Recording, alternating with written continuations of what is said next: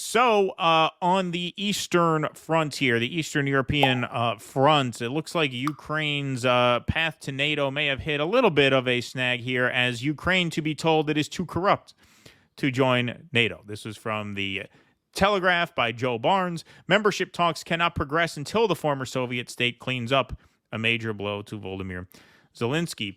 Ukraine will be told it is currently too corrupt to join NATO, in a major blow to Volodymyr Zelensky. The alliance will request additional steps from Kiev before membership talks progress, a senior official in the U.S. State Department said. The position will be set out in writing in the NATO communique to be signed at the alliance's annual summit on July 9th. I guess they're going to try to get Biden over there to that summit before he resigns. I think that's the plan. You don't want Kamala's debut appearance as the candidate to be over there. Yeah, it's a bit of a tough room to start at. Probably not. Yeah. We have to step back and applaud everything that Ukraine has done in the name of reforms over the last 2+ years, the official told the Telegraph. As they continue to make those reforms, we want to commend them. We want to talk about additional steps that need to be taken, particularly in the area of anti-corruption. It is a priority for many of us around the table, the source added. Mr. Zelensky, Ukraine's president, is pushing for swift NATO membership after the war ends to protect from future invasion. It would compel the U.S. and Europe to come to the defense of Kiev in the event of any Russian attack. But corruption has been a sticking point in recent talks between NATO member states over whether to offer Ukraine a concrete timetable for joining the Western military alliance. The Telegraph recently revealed that the U.S. is blocking British and European efforts to put in writing an irreversible path towards NATO membership for Ukraine.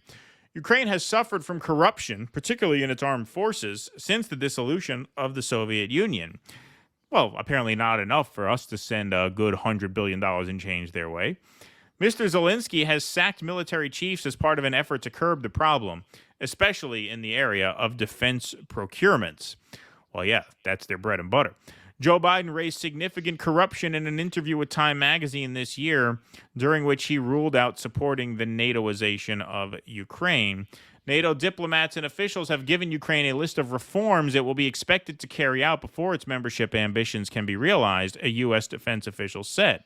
That's something NATO has been doing quietly under the radar that helps them get closer to membership, the source added. Mr. Zelensky, who is attending the summit in Washington, is likely to be offered a promise of a well-lit bridge to NATO membership, a term preferred by the U.S.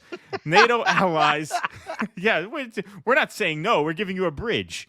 It's up to you to cross the bridge. NATO allies still disagree over whether they should upgrade the statement they have made last year at their summit in Vilnius, Lithuania, to make their offer to Kiev irreversible. At this year's meeting, allies are expected to offer further air defense systems to meet Ukraine's growing needs, including U.S. Patriots, after Washington agreed to prioritize deliveries of its flagship system to Kiev. Despite the lack of NATO promises, almost 20 countries have signed bilateral security agreements with Ukraine. They will come together to celebrate those new pacts in a joint statement at the NATO summit. The summit is likely to be the first major international event for Sir Keir Starmer if he is elected as Prime Minister. Writing in the Telegraph on Wednesday, Lord Cameron urged to Labour to commit to spending 2.5% of GDP on defense. Obviously is a British outlet writing from a British point of view there. But just like, the demise of the Biden campaign seems inevitable, it seems like Ukraine's never going to get to join NATO because that's just a red line for Putin, and he has the upper hand here. Right. So is this a way of giving themselves an off-ramp, do you think? Of saying, well, we're going to give you a bridge to cross, but we're going to deem you too corrupt. We would let you in, but we're going to use this corruption thing as an excuse to basically admit defeat, because that seems like the sane thing to do would be to come up with some reason why they can't join, to at least take one of those red lines off the table, but who knows? I don't want to bring... Scarborough. We all sound like Joe Scarborough now.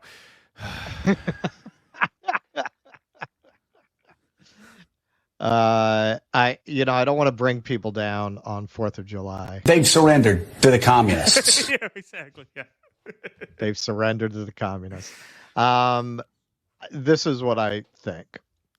I think you're right that the West has become so disconnected from reality and consequences, and its leadership class is so incompetent, unqualified, overprivileged, and has the blindness of an elite class to strategic considerations, having never faced consequences personally or professionally for being wrong.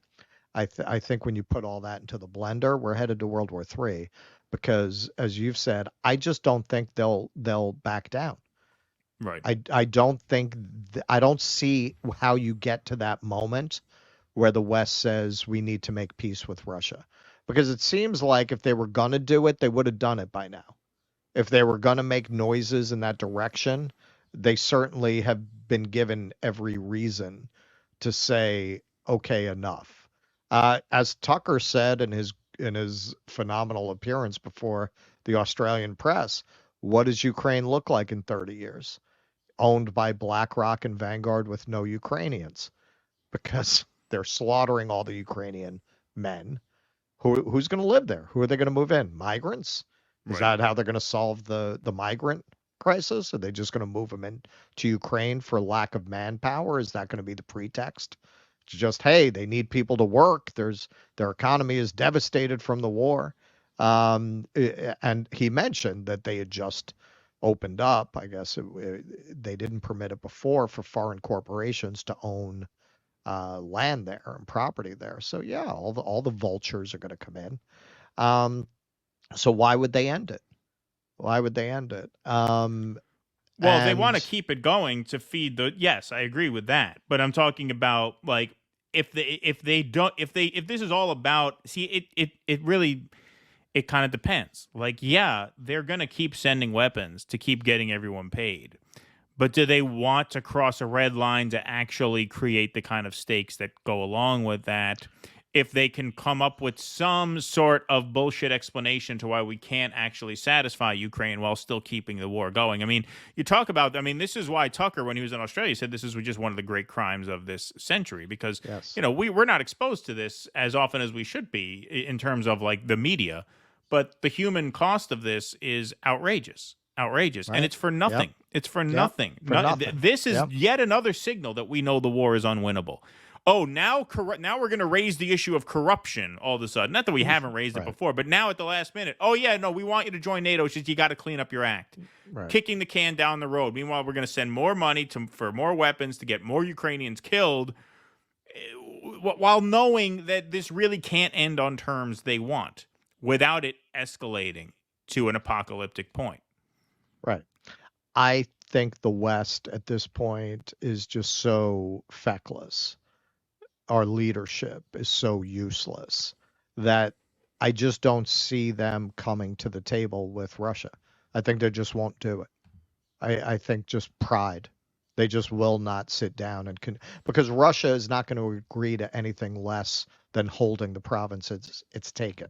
Right. And I just don't see them being willing to sign such an agreement. So where does that go? Eventually, you have World War III. Eventually, because the Russians aren't going to back down. They're not going to concede that. And then you have China on the other burner, and you have Israel very likely to go to war in Lebanon.